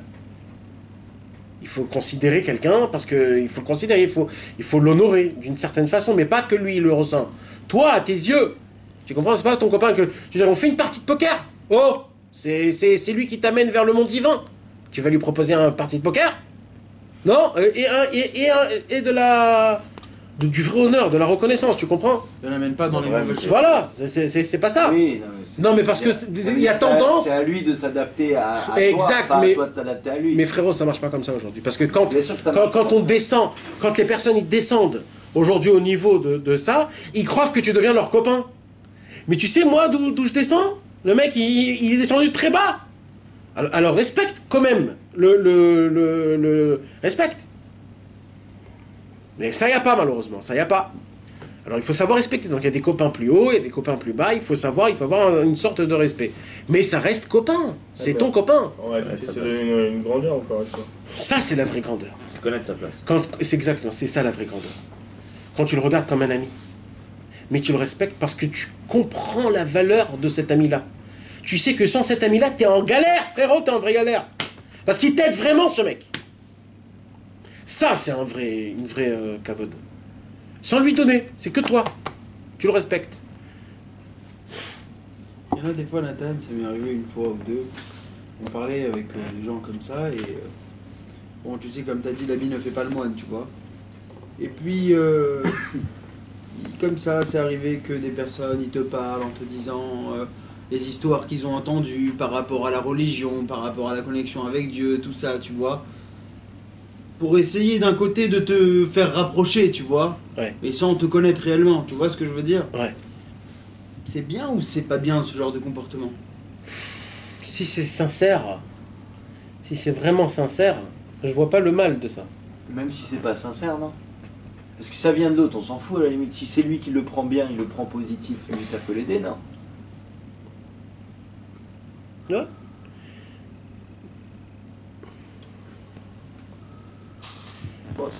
Bon, c'est délicat. C'est délicat, hein. Justement. C'est délicat. C'est délicat. Mais il y a une règle. La sincérité ne tue pas. C'est-à-dire tu peux pas être giflé par la sincérité. Même si le mec il se trompe mais il est sincère, ça peut pas te faire du mal. Non, parce que moi je vois le bien. Moi je vois le bien qui veut que le mec il veut m'aider. Alors voilà, alors reste là-bas. Il a raison, ouais. Quand tu restes là-bas, t'es pas touché. T'es pas touché. Ouais. Rabbi Nachman, il a raconté une histoire. Il a dit un jour, il y avait une poule qui avait plein d'œufs à pondre. Elle a pondu plein d'œufs. Plein d'œufs. Maintenant, elle pouvait pas tous les couver. Alors, elle est allée chez ses copines, elle a dit, tu peux me prendre 2 œufs? Elle a dit oui. Et l'autre, 2 œufs, tu peux me prendre? Oui, allez, vas-y. Elle a donné comme ça ses œufs à toutes ses copines. Et elle a couvé, c'est ce qu'elle pouvait couver. Le jour où les poussins, ils sortent, alors les poules, ils disent, ils sont à moi, c'est mes enfants. Et la poule, elle dit, mais oh, c'est moi qui te les ai donnés il y a 2 jours. Qu'est-ce que t'as oublié? Il dit, ma pitom, c'est moi, voilà, je les ai couvés, c'est mes enfants à moi. Alors la poule, qu'est-ce qu'elle a fait? Elle a fait coucou, elle a fait son siffle. Et au moment où elle a fait son siffle, tous ces enfants de toutes les poulets, ils sont venus vers elle. Rabbi Nachman de Breslev, il dit comme ça. Il dit, il y a des malades très malades. Ces très malades-là, c'est moi qui les prends. Mais il y a des gens qui sont pas très très malades. Alors eux, j'ai pas le temps pour eux. Parce que je dois d'abord m'occuper des... Comment on appelle le miyun, tu sais, il y a les urgences. Et il y a les moins urgences. Il y a des points de suture, il y a des maux de tête. Ça, je suis pas obligé. C'est pas le plus grand professeur du monde qui va s'occuper d'un mal de tête. D'accord? Alors Rabbi Nachman, il dit, je vais mettre 2-3 personnes ici, 2-3 personnes là, 15 000 personnes ici. Et, eux, ils vont s'occuper d'eux. Moi, je vais m'occuper de plus. Quand ma chère viendra, tous, ils vont dire, ouais, ça c'est mes élèves, ça c'est mes élèves. Rabbi Nachman dit, oh, ils sont à moi, c'est moi qui te les a donnés. Je vais siffler mon siffle, et tu vas voir qu'ils vont tous venir. Et à la fin du compte, ils vont... C'est pour ça qu'aujourd'hui, on voit énormément de gens qui se rapprochent de Rabbi Nachman, d'autres personnes. Tu vois des rabbats, tu vois des litaïm, tu vois des chassidim, tu vois plein de gens qui étaient dans des autres endroits et qui se rapprochent petit à petit. Et les rabbins, ils disent, mais oh, mais qu'est-ce qui se passe? Qu'est-ce qu'il a fait? Qu'est-ce qui se passe? Même les rats, frère, ils deviennent fous. Parce que les mecs de la Sina, ils disent mais qu'est-ce qui se passe avec Rabbi Nachman? Mais c'est qui? Alors le rat, il dit putain, il faut que je le retrouve. Il faut que je retrouve quelque chose avec Rabbi Nachman. Il faut que je retrouve quelque chose. Je vais vous envoyer sur le groupe. Je vais vous envoyer sur le groupe une émission qu'ils ont fait à la télé. Une émission de pas religieux, hein, pas religieux. Qu'ils ont fait sur Breslev, qu'ils ont posé des questions aux gens, et ils te disent tous, Rabbi Nachman a gagné. Il a gagné. Il est mort il y a 200 ans, et c'est aujourd'hui qu'il cartonne. Voilà, et on pose à plein de personnes, hein. Tous, ils te disent tous, Rabbeinu Nitzer. Il a gagné, le mec. Et il y a un mec, même un religieux, il dit, écoute, je vais te dire la vérité, si on te pose la question, c'est qui le plus grand rave Marzir Bichouva? Alors il y a des gens qui vont dire le Rav Amnon Yitzhak, le Rav Elbaz.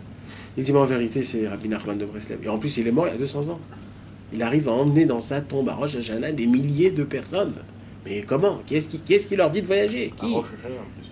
Non, mais là, avec Il y a Chauffeur un grand Farfouille, problème pour des toutes mecs les qui femmes. n'ont pas envie de prier. C'est ça qui est magnifique. Franchement, quand tu vas là-bas, tu fais. C'est un truc de fou. On nous a annoncé qu'on est les plus malades de tous. On a le meilleur de la Ça, je les ai appris ça.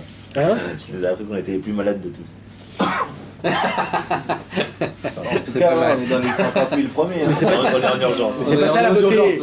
La beauté, c'est que t'as trouvé le docteur. T'imagines le mec qui est dehors en train de Mais des fois, pisser c'est de dur sang. de voir ton ami qui va faire tchouva autre part Ouais. et que toi tu veux lui tendre cette perche-là, mais que lui il le voit, c'est bon. Alors t'avais déjà, mais. Ok, c'est compliqué. Ouais. Bon, ça c'était Faut laisser faire. le numéro 64. Le 65, il est tout petit, donc on va aussi le lire. On l'a pas fini. On l'a pas fini. Ah, on l'a pas fini. Alors, Bechavot. Pratiquement. Là.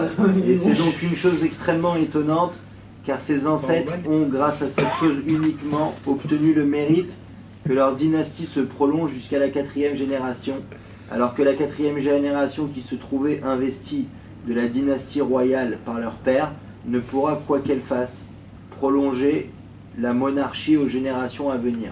Même s'il adopte la même conduite de son arrière-grand-père, cela... Ah oui, bon, tu l'as expliqué, ouais. Cela ne sera d'aucune utilité, car le décret a déjà été arrêté, établissant que la dynastie cesserait avec la 4e génération, et tout cela est surprenant. Mais en vérité, nous ne pouvons pas comprendre les voies de Dieu. Quoi qu'il en soit, il arrive parfois que quelqu'un fasse de bonnes actions en grand nombre, et pourtant il ne pourra pas accéder à un titre de grandeur, parce que, contraint par le décret, comme nous l'avons vu, ah il est arrivé La 4e génération. Faut espérer qu'on ne soit pas la 4e génération. et parfois grâce à un acte qu'il aura accompli, quelqu'un aura le mérite de s'élever et de transmettre sa grandeur jusqu'à la 4e génération. Faut pas espérer ça pour ton fils ou ton petit-fils qu'il soit. Voilà. Allez, c'est fini. Tu vois ce que je Non, veux mais dire si toi tu tombes, il Ouais, tombe sur avec la toi. clôture. Non, mais là, on a parlé Quatrième, spécialement là-bas, dans les rois, parce que le roi, il a reçu 4 générations. Surtout les rois. Voilà, mais c'est pas globalement, c'est pas qu'il y a que 4 générations. Il y a des gens qu'on leur a donné 10 générations, il y a des gens qu'on leur a donné 2 générations, c'est pas Dafka 4. C'est un exemple. C'est un exemple qu'on a pris là-bas. Là-bas, c'était 4 générations, c'était 4 générations. Mais c'est pas un exemple qui est global pour tout. Est-ce que la personne, après qu'elle soit tombée, elle peut remonter? La 4e génération. De la elle est grandeur, tombée. tu parles de la grandeur?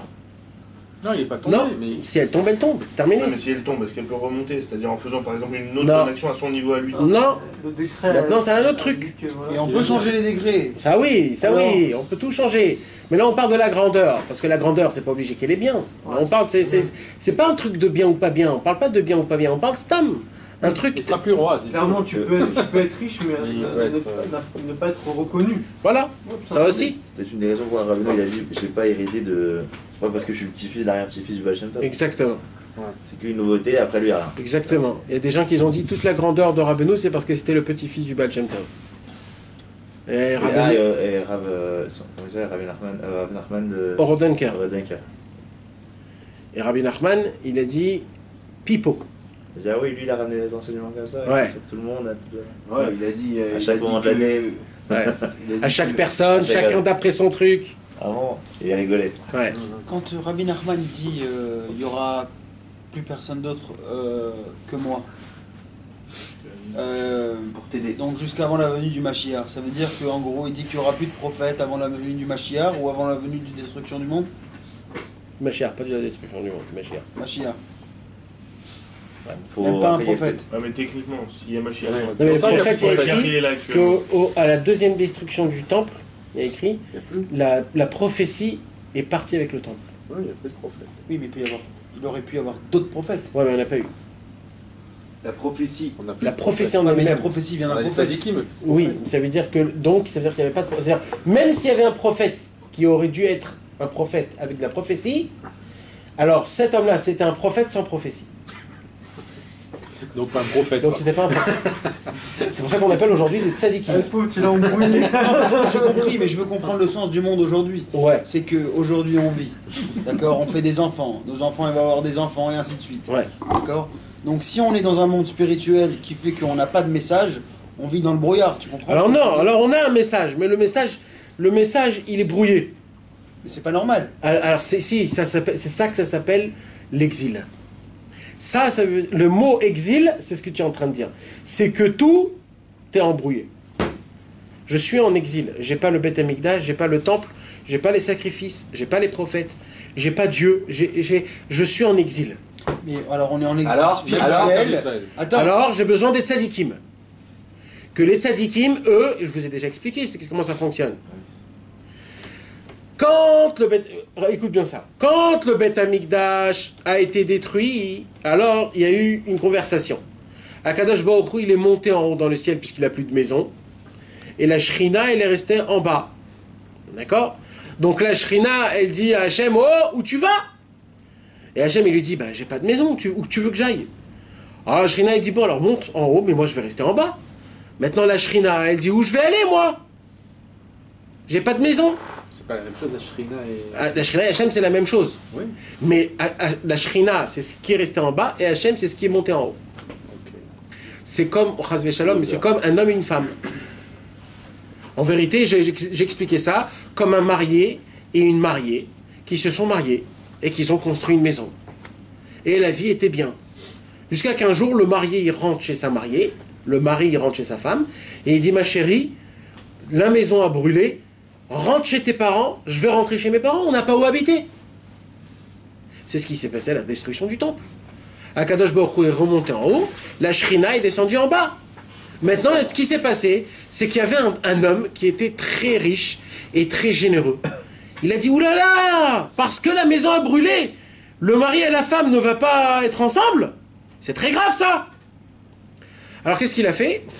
Il a dit, moi j'ai une très grande maison, j'ai un palais. Pendant ce temps-là, pendant que vous allez reconstruire votre maison, venez habiter chez moi. C'est le tzaddik qui a dit à la Shrina, viens habiter chez moi. Et a dit à Hachem, viens chez moi. Et là il dit, le Béné Israël, j'ai chez moi Dieu et la Shrina.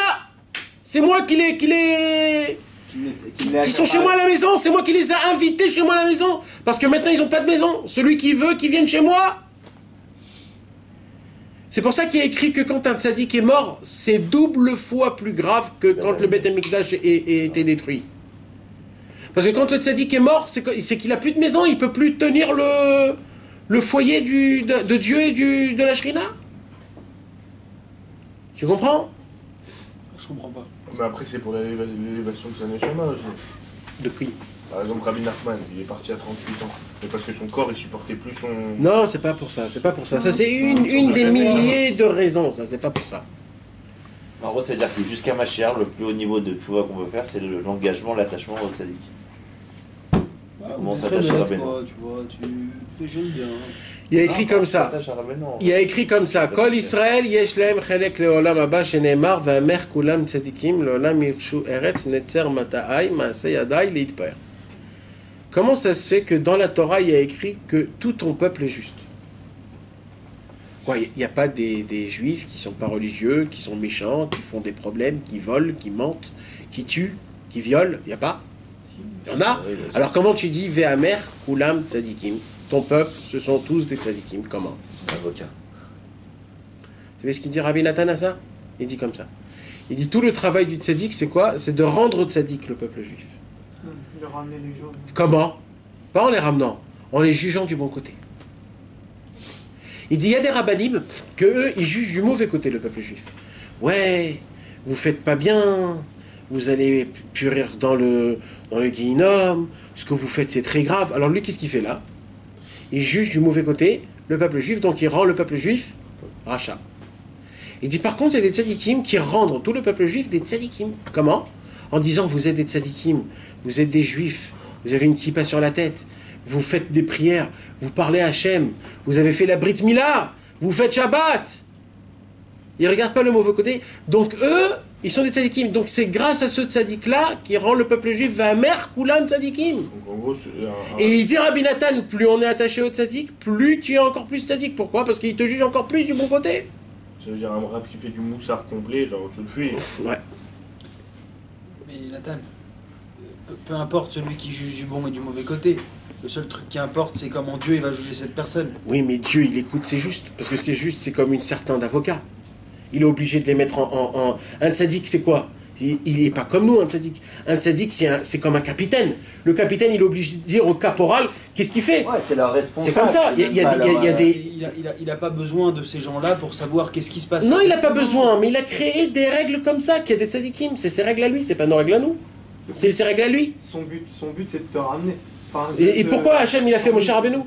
Pourquoi après il a fait Yoshua Il va faire Binoun? passer un message. Et un Non, pas du tout, c'était pas un message. C'était de tenir le peuple. C'était que pour ça, il a tenu le peuple. C'était pas que des messages. C'était pas que des messages. Il peut le passer sans Moshe. Bien sûr, il a tenu le peuple. Non. Et la preuve, je vais te donner la preuve. C'est quoi la preuve? La preuve, c'est que quand Hachem, il a dit, je vais effacer le peuple, Moshe Rabbeinu a dit, bah efface-moi avec moi. Et donc il a tenu. Il a dit, ben non. Et là, grâce à Moshe Rabbeinu, on est resté. Dieu, il a voulu nous effacer, Moshe nous a laissé. Et c'est grâce à lui. Et Dieu, il lui a dit merci. Et comme aujourd'hui, c'est l'aïla de Yoshua Binoun, ouais. Donc on voit que Yoshua Binoun, quand ils sont rentrés en Eretz Israël, en Eretz Israël, alors le peuple juif avait fait beaucoup de gaffes. Parce que Akadosh Baruch Hu a ordonné que chaque pays, chaque peuple conquis, on n'a pas le droit de prendre leur troupeau, leur bétail, leur truc. Alors ils l'ont pris. Et il y a des juifs qui ont pris. Alors Akadosh Baruch Hu, qu'est-ce qu'il a dit? Eh ben je vous donne pas la terre. Oh, c'est chiant. Alors Yoshua, qu'est-ce qu'il a fait? Il a combattu. Il a dit à Akadosh Baruch Hu, il faut que tu leur comprends. Ça fait 40 ans qu'ils sont dans le désert. Ça fait 40 ans qu'ils n'ont pas de tente. Ils n'ont pas de quoi manger. Ils sont là. Il a commencé. Akadosh Baruch Hu, il a dit ok, pas de problème. Vas-y, allez, je te redonne. Donc on voit que c'est pas juste un message. C'est pas que des messagers. C'est maintenir toute une hiérarchie entre un papa et son peuple, entre un roi et son peuple. Dans l'armée, il y a des capitaines, il y a des caporals, il y a des générales, il y a des maréchals. S'il y a des niveaux, un marshal ne peut pas dire il va pas parler à un stam, à un truc. Il y a des grades, tu comprends, il y a des grades. Donc c'est beaucoup plus que ça, un tzaddik, c'est beaucoup plus que ça, un tzaddik. C'est lui qui maintient, c'est lui qui... Donc le travail du tzaddik, c'est de regarder bien le peuple juif. Quand le tzaddik regarde bien le peuple juif, Dieu aussi regarde bien le peuple juif. Donc c'est grâce au tzaddik qu'on arrive à être des bons juifs, en passant par ses conseils, en passant par ses idées. Et puis là, durant l'erreur aussi. Alors, il y a ce qu'on appelle la providence divine. C'est quoi la providence divine? C'est que Akadosh Baruch Hu, quand il voit qu'il se passe quelque chose comme ça avec de la sincérité, Akadosh Baruch Hu ne le met pas dans un mauvais chemin. C'est de l'aide de Dieu, ça s'appelle. Akadosh Baruch Hu, il aide cet homme-là qui ne fait pas périr un paquet d'hommes. Et là, je parle quand le mec, il est sincère. Quand il est sincère, Akadosh Baruch Hu, il le vient en aide. Et l'accompagne dans son chemin. Ouais. Et ça, c'est David qui a dit ça. C'est dans le chemin que tu prêtes, c'est le chemin que je t'amènerai. Si tu prêtes un chemin de grandeur, eh ben, je vais t'emmener dans ta grandeur, c'est toi qui le veux. Si tu prêtes un chemin de sincérité, je vais t'emmener dans la sincérité, même si tu ne sais pas comment et quoi et qui. Si tu cherches un chemin de gloire et de trucs, alors je vais te donner ta gloire, t'inquiète, je vais te la donner.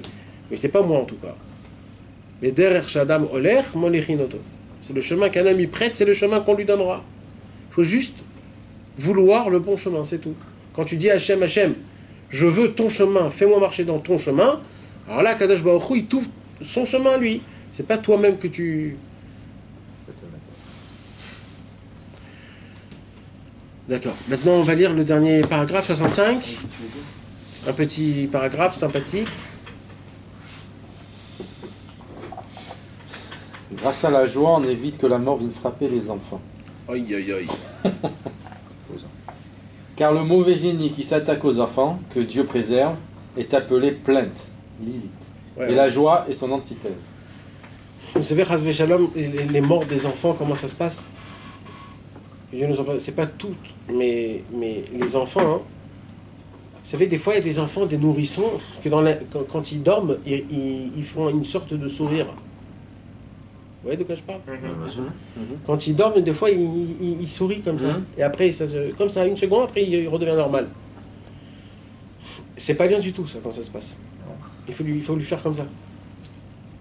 Pourquoi? Parce que c'est un ange qui s'appelle un nom spécial qu'il ne faut pas dire son nom.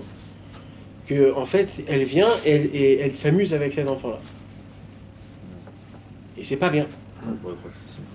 Et le nom de cet ange-là, il veut dire en français Yelala. Yelala, c'est les... Quand quelqu'un il pleure, il fait... Quand il pleure, il gémit. Et il y a aujourd'hui des musiques de gémissement. Tous les musiques arabes, les musiques arabes qui sont pas joyeuses, c'est des gémissements. Il y a aujourd'hui beaucoup de musiques de gémissements qui sont très... quand tu écoutes, tu es déprimé. C'est des musiques pour déprimer. C'est pas des gens qui sont joyeux qui vont mettre des musiques pareilles. Ça appartient à cet ange-là. Et que Dieu nous en préserve. Il y a écrit comme ça que la joie, c'est ça qui combat cet ange-là. Quand tu es joyeux, cet ange-là n'a pas une emprise sur toi. Parce que lui, toute sa force, c'est quand tu es triste. Plus tu es triste, plus il a une emprise sur toi.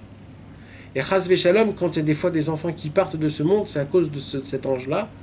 Que cet ange-là, il vient, et parce qu'il y a une tristesse quelque part dans la maison, il a une possibilité de venir et de prendre Chas Veshalom cet enfant.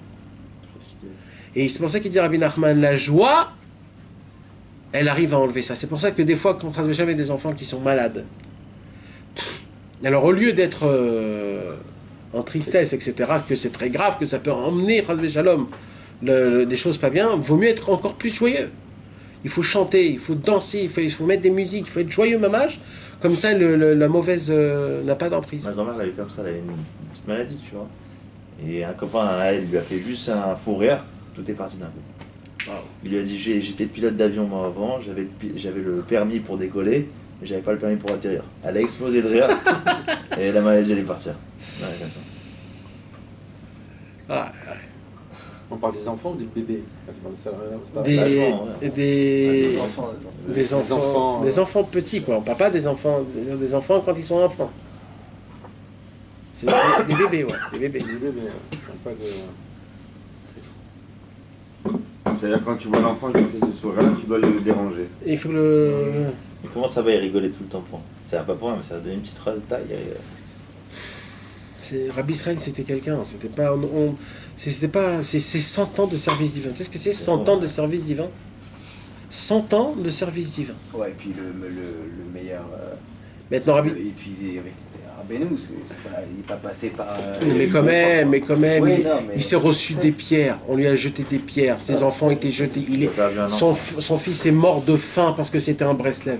Il est mort de faim devant ses mains. Son fils disait, papa, je veux du pain, je veux du pain, je veux du pain, jusqu'à qu'il est mort. Parce que c'était un Breslev. Parce que c'était un Breslev, ils lui ont pas donné de quoi manger. Sa femme, un jour, elle est rentrée chez elle à la maison avec le crâne qui saignait parce qu'elle avait reçu une pierre, parce que c'était des Breslev. T'imagines, c'est quoi ça? Et tu crois qu'il s'est plaigné? Il s'est pas plaigné. Il chantait, il dansait toute la journée. C'est normal qu'à 100 ans, tu rigoles toute ta vie. Mais qui a eu toutes les couleurs. C'est normal. Moi, ce qui me rend fou, c'est les gens qui parlent contre Rabbi Israël. Passez déjà d'abord ce qu'il a passé lui, après parlez-moi. Et pareil, il n'a pas eu une personne qui a été après lui ou il a désigné. Non, pareil. Il n'y a pas de successeur. C'est toi qui te mets tes baskets, il n'y a personne qui te met tes baskets. C'est toi-même qui te mets tes baskets. Si tu arrives à avoir des bonnes baskets, c'est toi qui t'es mis. Il n'y aura personne qui va te mettre des super belles baskets. Tu commences avec des pantoufles jusqu'à que tu arrives à des baskets. C'est tout. C'est où tu accroches ou pas. C'est comme ça que ça fonctionne. Mais ce que je peux vous dire, c'est que maintenant qu'eux, ils sont venus, ils nous ont tous facilité le travail. Maintenant, ce qui reste à nous faire, c'est que des petites choses. C'est de tout le temps parler avec Hachem, converser avec Hachem, de demander à Hachem, de vouloir des bonnes volontés, de ne pas vouloir des mauvaises volontés. Essayer de se garder de ce qu'on peut se garder. Essayez, juste essayez. Pas d'arriver. Essayez, vouloir des bonnes choses. Comment c'est facile de vouloir des bonnes choses? Il n'y a pas plus facile que ça au monde. Vouloir des bonnes choses. De se garder de mauvaises volontés. De demander à Hachem de pouvoir être son serviteur. D'être son fils et son serviteur. De ne jamais le décevoir. De lui demander des paroles pareilles. Mais quand vous demandez, vous êtes des as, les gars. Vous êtes des as. Si vous lui demandez ça, vous êtes des as. Même si vous ne conduisez pas comme il faut. Parce que vous dévoilez votre vraie volonté à Hachem.